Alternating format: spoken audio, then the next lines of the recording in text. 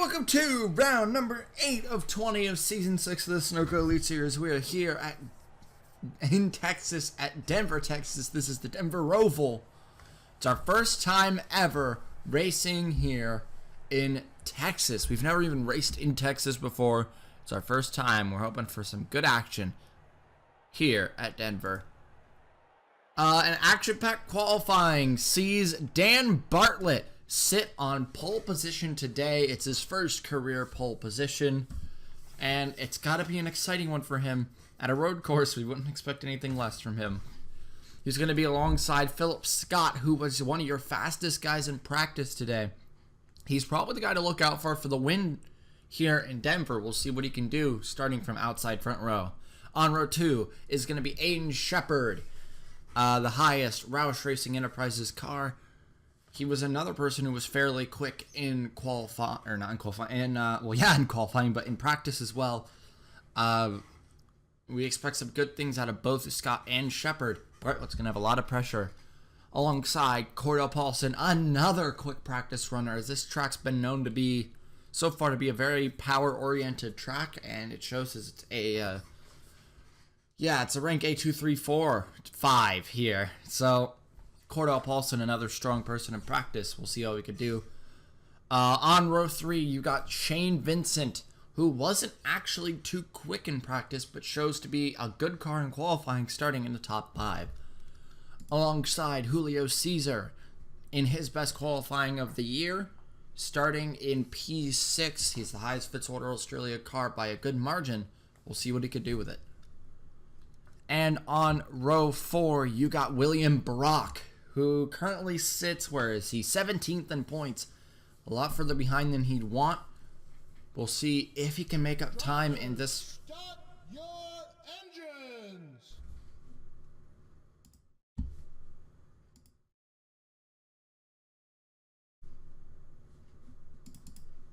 As the cars are starting to roll off pit road now. Brock still looking for number 10, while Anderson's already got it. Alongside Paul Jackson, you're now second in points after a terrible race at Dega. He sits second in points, 4 points down to Scott Roush. But with Roush qualifying further back, this could be his chance to regain the points lead. And on row 5, you got Benoit Lervine, Bartlett's teammate, in 9th. So Trailblazer at a 1-9 currently. Very impressive. Irvine trying to go for his, this would be his 4th career win. Alongside Roman Rahal, who is now within a race distance of Roush and Jackson for the points lead. There's now 3 people in the fight for the points lead. Rahal, now one of them. It's Roush being chased down by 2 Mavericks, while Roush sits back here. What looks to be 16th place on the grid. He's got a long ways to go. Thaber, his second start back, starting in 17th on way back here on Monarch, and so far it's been pretty impressive out of Thaber. We'll see if he can continue this pace. While on the other hand, Priya McShane qualifies near the rear today. Long ways to go for Priya if she wants to take a great result out of Denver. Connor Monaco finally made the show on his own power, even though there was a very strict line. It was 6-6. 6 got in, 6 got out in the non-shredder shootout. He made it in 5th. Connor Monaco going to make his first, if I'm correct, this is going to be his first start that he's made under his own power instead of by default. Might be his second. We'll see if Connor Monaco can get rid of the bad luck drought he's had so far this season. People who did not make it in include both Benyakos, Stephen Thompson, Gatlin Downey did not make the show. I'm trying to remember. Jay Durrell, the biggest shocker. Jay Durrell did not make the show here in Denver in his first start back in his reigning title. In his defending title, but he won't be defending yet. For now, it's going to be Chris Dodd is leading part-time points. Shane Vincent, though, going to try to take it away from him. All right, it looks like any and all mechanical issues are solved, as I think we are good to go green. Fucking please. And it'll be Dan Bartlett, for the very first time in his career, at our very first time here in Texas, leading it down to the green flag. And green flag will hit the air.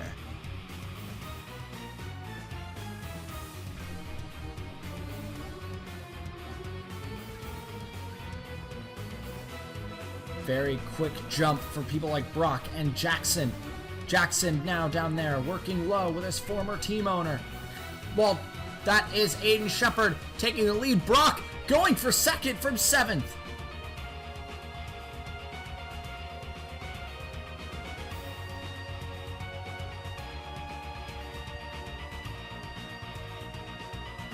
There was a wreck back there.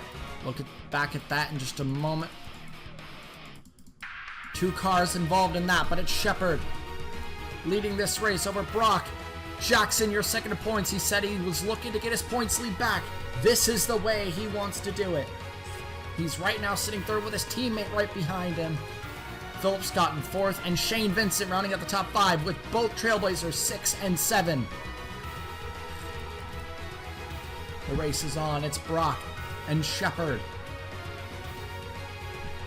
The Super Speedway King versus now second on the all-time win list. It's weird to say that Brock is second all-time on the wins list, but he is now. Let's see if he can tie it back up for first, though. As we head out of the Roval, back onto the Speedway. Brock is not far from Shepard. One good run out of Brock, or one bad run out of Shepard, is going to be easy picking for Brock. Jackson from P8 up to P3 on the start. It was an amazing start for the driver of the 10 car. There's Anderson. Griffin also involved in an incident of his own. Let's go see what happened on the start. So first, we're going to check out what happened to Ryan Griffin as he be battling Connor Hurley. Would just get a little too close, tap him, and that'd be the end of Ryan Griffin's day from right off on the first lap. Here's what would happen off the start is it would be Priya McShane who rejoined the pack, and it would just cause a good amount of chaos, a few spins.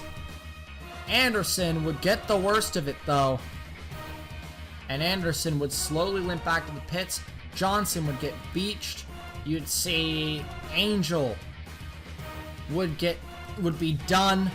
And that's all breaching off of what happened with Priya McShane rejoining the pack in a pretty dangerous way. Maybe a penalty coming forward for Priya. But we're now on lap 2. Shepard, your leader. The leaderboard is up. There is your top 10. You can see it's definitely changed from how we started this race. Especially with the 7th and 8th place drivers off the start gaining 2 and 3. It's definitely a surprise. Neither of the front row guys are even on a podium anymore. But both of the Trailblazer cars are very close. One pit stop is expected in this race, happening around lap 8 or 9. Or actually lap 8 and 9.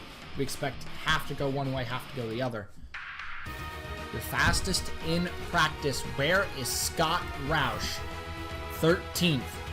With Rowe, another fast person in practice.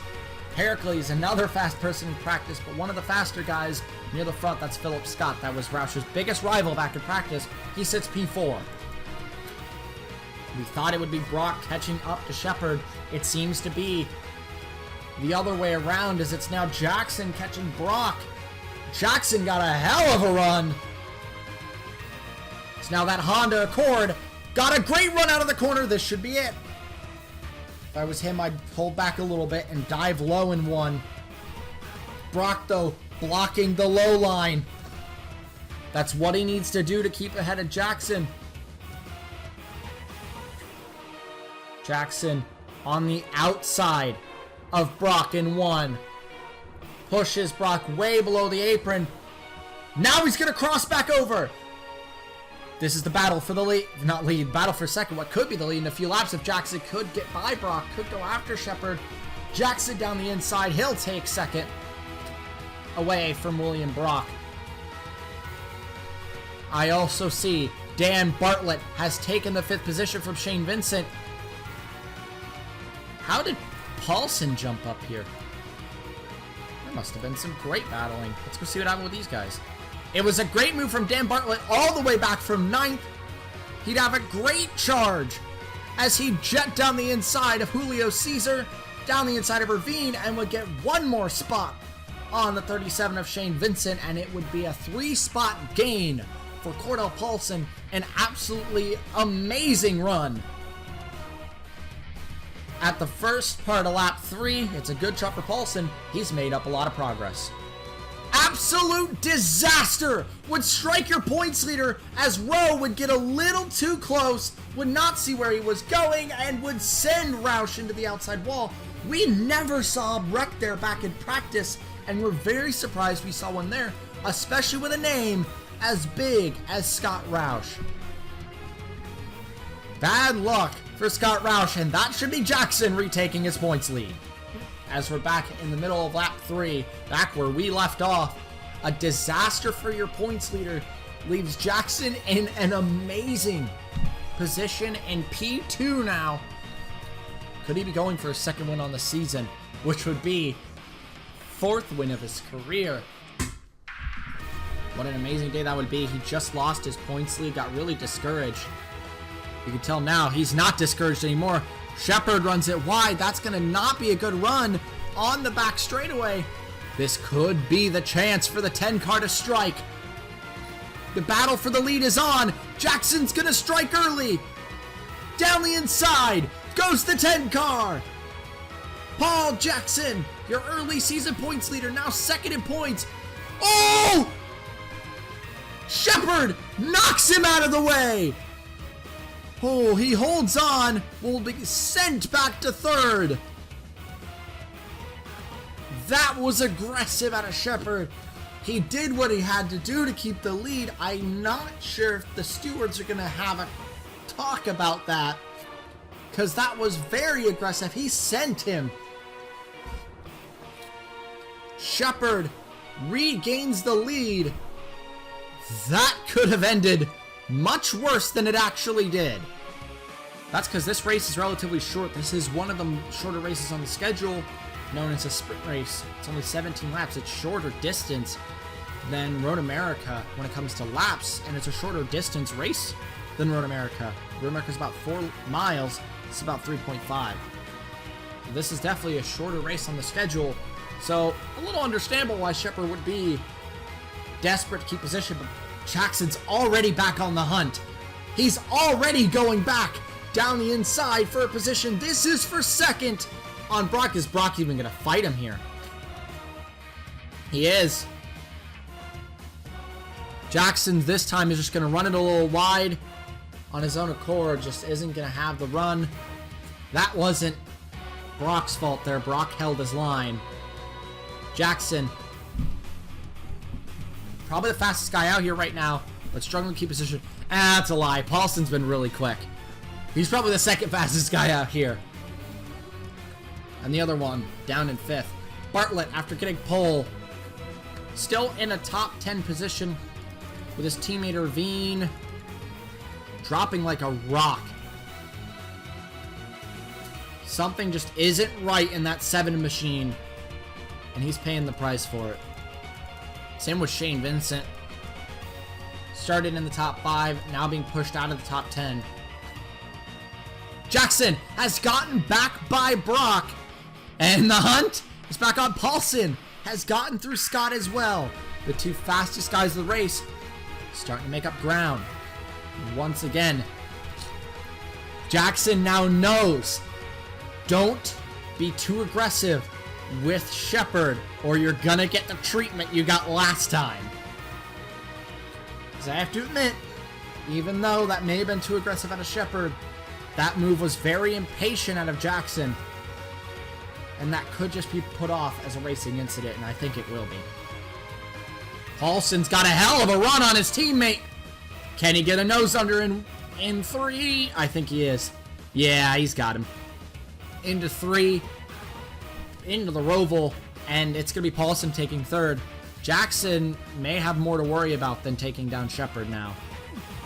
Driver right behind him seems threatening. There's a 3-wide battle back here. Ooh, Caesar, Bartlett, and a log having a great battle for 6th. But they keep it clean. That's a good battle. Tight, 3 wide, but no contact between them. There's some respect there. Now Jackson, what do? Do you keep the hunt going after Shepard, or do you start defending 2nd? Because you know Paulson's going to want a piece of him. It's the 2 fastest guys of the race so far. Now 2 and 3 chasing down Shepard, who is only your 8th fastest. Behind, Favors in 6th, Duncan 7th. Yeah. 2 Fitzwater Australias, though, doing good with their speed. Especially that 43, who seems to have a good amount of pace. Started in 6th, he's currently 6th. He stayed right where he started. That's good for Fitzwater Australia in my book. Fitzwater Australia has not had a good start to the season. Good way to turn it around. Oh, Jackson, I don't know, man. I'd start to defend. Oh, nope, that's a little mistaken of Paulson. Okay, you got some breathing room now. And a run. This could be the run now. I think he's too far. I think he's just barely too far to make a challenge on Shepard here. Unless he really goes for a time. He's going for it. He's got the nose. He's below the apron. And I don't think Shepard has the place to punt him this time. We head into 3, and it's Shepard losing the lead. New leader, Paul Jackson. Your provisional points leader. Saying provisional because you never know. Something could happen at any time. Jackson, good run. And this should be this time. From what we saw, some people like to stretch it 8 laps, some people like to stretch it 9. So I'm guessing probably about a 50-50 split on who's pitting, who's not. We don't know what's better. The undercut or the overcut. We're just going to have to wait and see who's pitting first. Not Jackson. Not Shepard. This is the time to pit. I expected half and half, but your first pit taker is the 2 Scott Ganassis. It took a while to get some pit takers. Ooh! Duncan. What are you doing, boy? Duncan. He's stuck. Huh.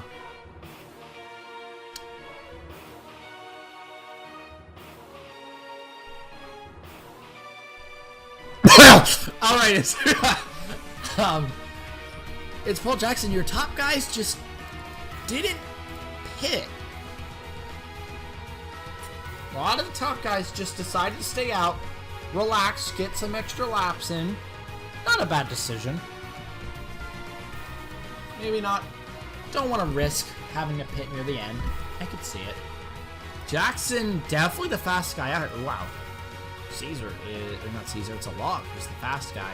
It's a log and Jackson were the only people in the 151 still, but they're gonna dive down pit lane now because don't want to lose any more time, and they're in. Shepard, Paulson, Brock, Scott, a log, Caesar, Bartlett, no one's staying out. Too much of a risk. It's just too much of a risk, and we're all in now.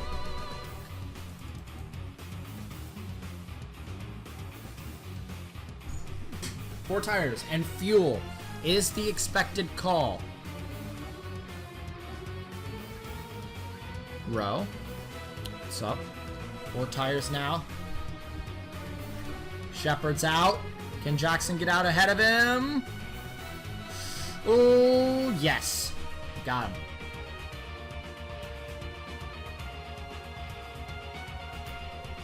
And Paulson will keep ahead of Brock. So he may be in danger of Scott, though, out of the pit stops here. Nope. Good. It's Jackson who will continue to lead. Where's Pericles? Skylar Johnson's lap down after, lap 1 troubles. Pericles, that was a great, I guess the undercut was the call, because now look at him trying to go around Caesar and a log here. I think he's got Caesar. What about a log? Out of 3. No, I don't think he's got him. Oh, maybe. Actually, I think he's got him now. He's got the line in the next few corners. I think he's got him. Pericles down the inside of a log, and he'll get the spot. It was a great run in the pits for Nick Pericles, and will move his way up into a top 5, I believe. Or no, that's to 6th. Brock now fights with Philip Scott. We knew he'd be in danger after these pit stops, but Pericles has the pace now because he used the undercut. He has the warm tires, and he's closing in on these two. Scott knows Pericles' power. He was his teammate. That was his whole team that he's going to have to end up fighting. Scott now trying to challenge Brock on the outside. That's not going to work. Nope, that was not the place you want to do that. And Pericles going to now take a top 5. The battle for the lead is back on. Oh, if Shepard takes him down the inside here, you know Jackson's going to want revenge for that punt. It's a battle, and the battle's on. Skyla's in. And look at this battle at the for third and at the front. Shepard a little bit higher up, trying to get a little bit better run.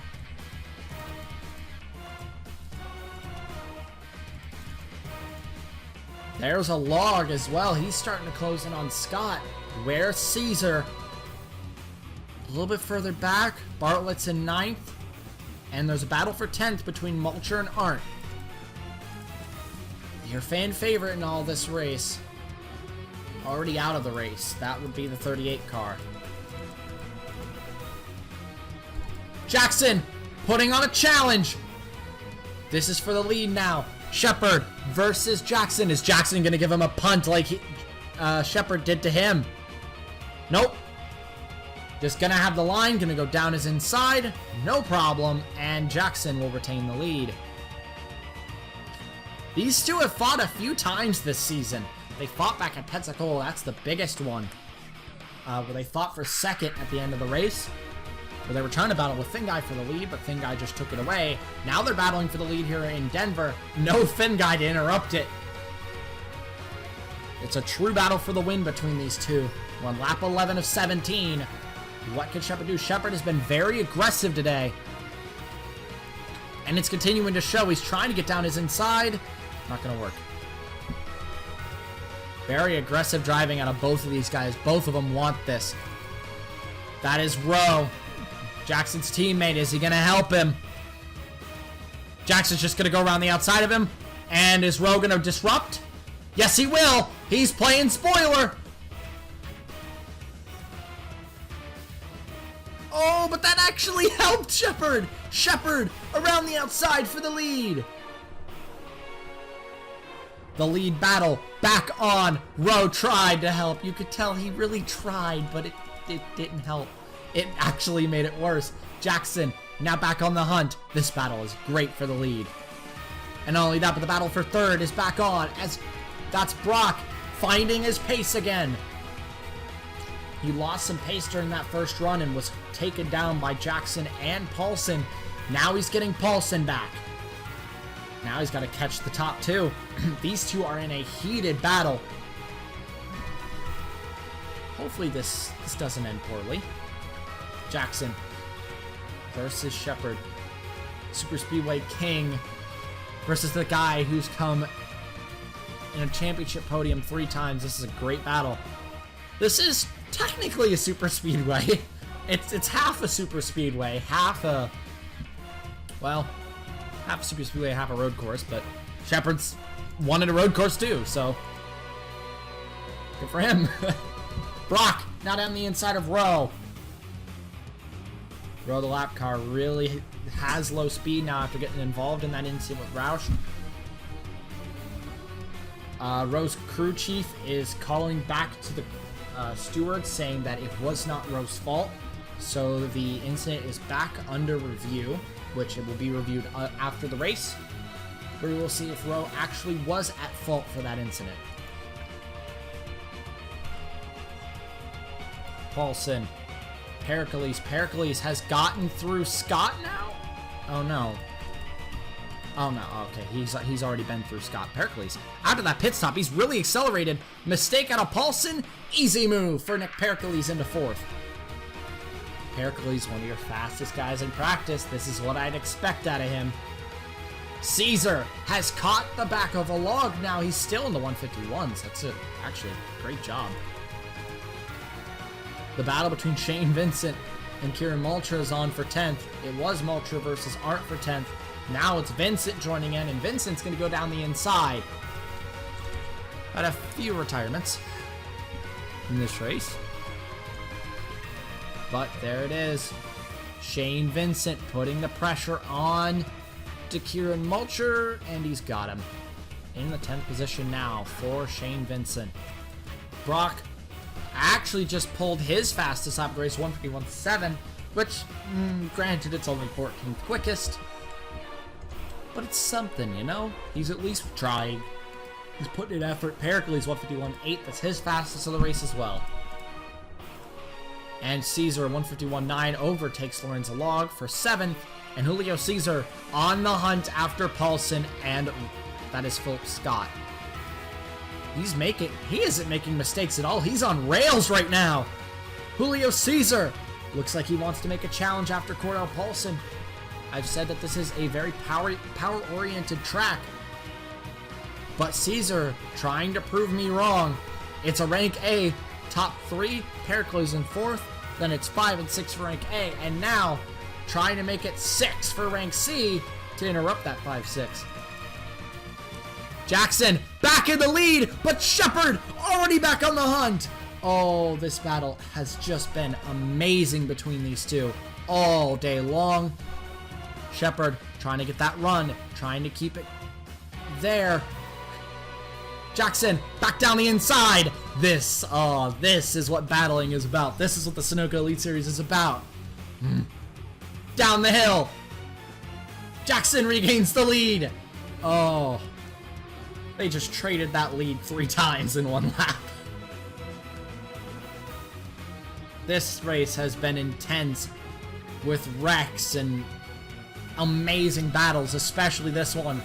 Whichever person takes this win, they'll deserve it. Both of them have been on fire today. Along with Julio Caesar, who's been on fire, he's now hunting down Philip Scott. Paulson has just lost all of his pace. Oh, Caesar. Runs it too wide. No big deal. Oh, no, here we go again. It's about to start back up. We're coming to 3 laps to go. And this battle is just as tight as it was on lap 9. In the final chicane, Shepard knows he's going to be punted if he tries it there. He knows. Oh, they tag! Oh my god, you know they both want this. At the line. 0.01 at the line. And the battle is back on. Shepard got it. So technically that's a pass. And another pass made with Shepard losing the lead back to Jackson. This battle is one of the best of the season, if not of the series we've ever seen. These two are going at it. Putting everything on the line. Another move. Shepard's down the inside of Jackson again, and he runs Shepard wide. He punts him again. Oh my god. Jackson gets punted into the grass again. Shepard is sick of this battle. He doesn't want it to carry on any longer. He'll take the lead and is trying to make sure Jackson doesn't have another challenge for him. But I don't think it's over yet. I will not count Paul Jackson out of this battle. These two, we haven't seen a battle this good in the Sunoco Elite Series, traded back and forth in so long, and I'm so happy.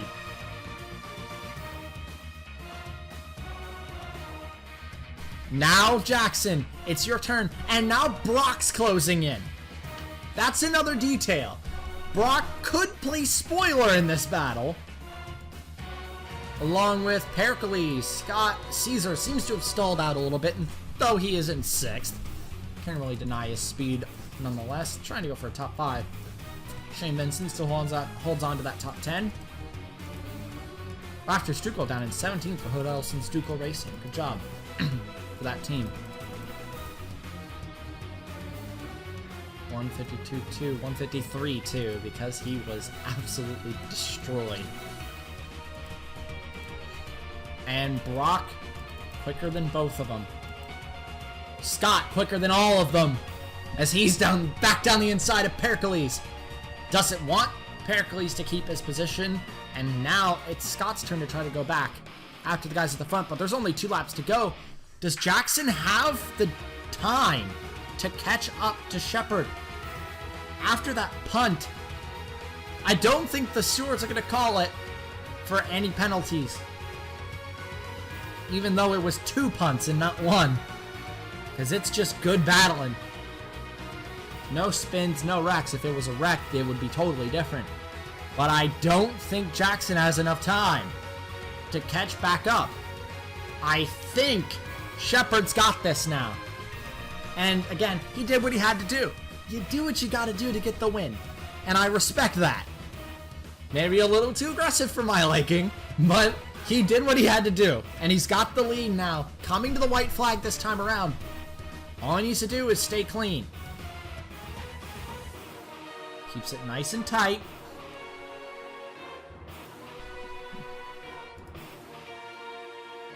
Brock also has a nice run going right now.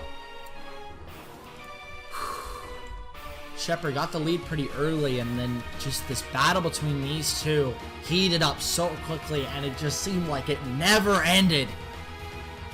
1 minute you think that one of them has it over the other, and then there they are right back at it. But white flag is in the air for Aiden Shepard, and I think Jackson's just too far. 2/10 is not enough. I think that punt was just enough for Jackson to back off. Just signaling to him, hey, get away from me. Oh, Connor couldn't make it to the end. Here's Duncan after his adventure. Shepard. This race, though, this race was intense from start to finish with wrecks, the pit stops. Seeing Jackson come out, it looked like Jackson could have had this win.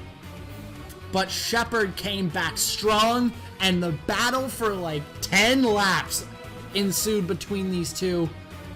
And it will go down in history as one of the greatest battles in Sunoco Elite Series history, because they traded that back and forth for the lead, and 1 punt. Shepard just getting sick of Jackson being there, and that's all she wrote. One more time through this little carousel. No mistakes, no challenge out of Jackson. It was a great battle from start to end, but it's not going to be enough for Jackson. But he will gladly take a second, because that will be his points lead returning. But as we come into the final chicane, one more time, after the most intense battle in Sunoco Elite Series history, out of the last corner, Aiden Shepard takes his 6th career win, and he wins in Denver. Jackson will not take the win in an absolutely incredible battle. I do think that was the greatest battle we've ever seen. But it will end with Shepard taking the win, his first of the season, if I'm correct, the 6th of his career, tying him for 4th on the all-time wins list. And Aiden Shepard, an amazing performance out of both Shepard and Jackson. Both of them deserve this win. You know that there is probably going to be some good words between those two after this race, because that was an epic battle to the end. It's Brock in 3rd, Scott in 4th, Pericles rounding out your top 5, Caesar in 6th, Paulson 7th, Log in 8th, Dan Bartlett 9th, and Shane Vincent round out the top 10. It's another great finish for Shane Vincent. And the Roush Racing Enterprises crew, this guy has been impressing so far this season. But what a battle it was. Out of 2 people who have been known to be 2 great drivers in the Sunoco Elite Series, showcasing their talent, pushing all out, and Shepard coming out on top at a super speedway road course hybrid. I'm guessing it was just that super speedway section that got it for him. Good job. And congratulations to Aiden Shepard here at Denver. Let's go look at your finishing results. So it's Aiden Shepard taking the win here at Denver in a chaotic race from start to finish. You can see here a lot of incidents throughout that whole race, just caused so much chaos. We actually have another incident to review. What happened to Ravine? So here's what would happen to Ravine is he'd be in a tight battle with Tyler Faber and would just get... he would try to make the pits and just couldn't steer it in. And that would end Ravine's day on lap 7. But, a lot of incidents throughout this race. But those top two, man, that was a great battle. Look back to the pack at some other people who are going to get good points today. Rahal will probably not stay in contention for the points lead. But a 15th isn't bad. I definitely wouldn't consider that a bad day. Actually, most of Maverick got a good day other than Rowe, which that wreck's under review. We'll get that checked out after the race, and we'll give you an update on that after the finishing results, which you'll most likely see soon. Bouchard, a good day down 22nd. Priya McShane in 21st in her second start. But Thaber, it's another top 20 for Tyler Thaber. Thaber making a name for himself. Stucol in 17th. The highest ranked D in the field. So Laughter Stucol, her first and last race at Denver. It's a good job for Laughter Stucol. Oh, that race was chaotic to say the least. But next time we're heading to Pikes Peak in Colorado. Pikes Peak has had a pretty good race last season, and we're hoping to have another one here this season as we're continuing back into the speedways. It'll be Pikes Peak and then Vegas to finish out the American Tour, which should be exciting. Jackson most likely retakes points lead, but you'll see that in just a moment. Congratulations to Aiden Shepard on taking the victory. Next time, Pikes Peak in Colorado. And until then, guys, ciao.